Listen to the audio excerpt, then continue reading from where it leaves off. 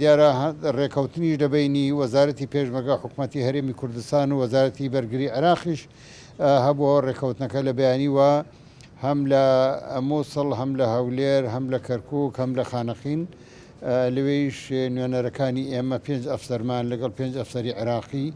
هەماهەنگە بن و دوو لیوای پێشمەرگەی دروستەکرێ بۆ ئەوەی نیوەی پێشمەرگە بێ نیوەی سوپای عێراق بێ بۆ ئەوەی ئەو ناوچانەی کە داعشتیا ئەسوڕێنەوە ئەو بۆشایەنەی کە داعشتیا ئەسوڕێتەوە بتوان کۆنتترۆلی بکەن و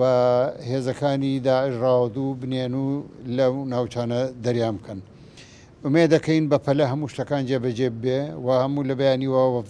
وەفدی هەماهەنگی دەست بەکارە بێ وەفدی جەنابی سەرۆکی هەرێم لێرێ دەست بەکار بووە